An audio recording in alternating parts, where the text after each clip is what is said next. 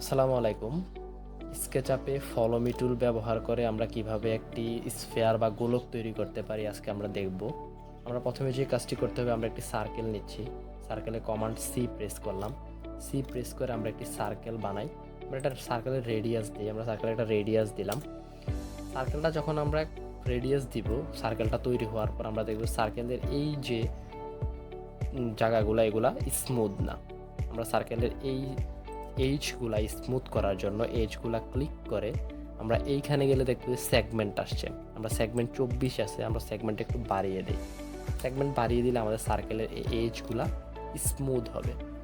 তারপর আমরা সার্কেলটাকে একটু ডাবল ক্লিক করে আমরা সিলেক্ট করে নিলাম। সিলেক্ট করে আমরা রাইট ক্লিক করে জিনিসটাকে গ্রুপ করে নিই।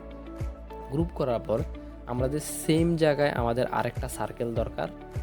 আমরা যদি কোনো জিনিস সেম জায়গায় কপি করে আবার সেম জায়গায় পেস্ট করতে হয়, তাহলে আমাদের কপি থেকে পেস্ট ইন প্লেসের প্রয়োজন। আমরা অবজেক্টটাকে সিলেক্ট করে আমরা এখানে এডিটে যাব। এডিটে গেলে কপি, আবার এডিটে ক্লিক করে আমরা পেস্ট ইন প্লেস। তাহলে আমাদের জিনিসটা কপি এবং পেস্ট ইন প্লেস হলো সেম জায়গায়। আমরা জিনিসটাকে রুটেট করব। রুটেটের কমান্ড হচ্ছে কিউ। কিউ প্রেস করলে আমাদের রুটেট কমান্ড চালু হবে। আমরা জিনিসটাকে গ্রিন অ্যাক্সিসে রুটেট করব। আমরা গ্রিন ক্লিক করে এক পয়েন্ট থেকে আরেক পয়েন্টে যখন আমরা এভাবে ঘোরাবো, তখন আমাদের জিনিসটা রুটেট হয়ে যাবে। আমাদের জিনিসটা রুটেট হলো।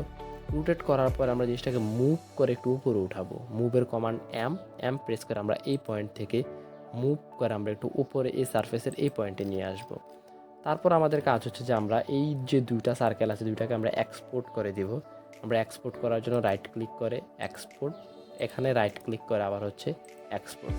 এক্সপোর্ট করার পরবর্তী কাজ হচ্ছে যে আমরা নিচের যে সার্কেলের সারফেসটা আছে ওটা ক্লিক করে আমরা ফলোমি যে কমান্ড আছে, ফলোমি কমান্ডে ক্লিক করলাম। তারপর আমরা উপরের যে সার্কেলটা সেটাতে ক্লিক করলে আমরা আমাদের স্ফেয়ার তৈরি করে ফেলতে পারবো। ক্লিক করলাম, তৈরি হয়ে গেল আমাদের যে স্ফেয়ার বা গোলক।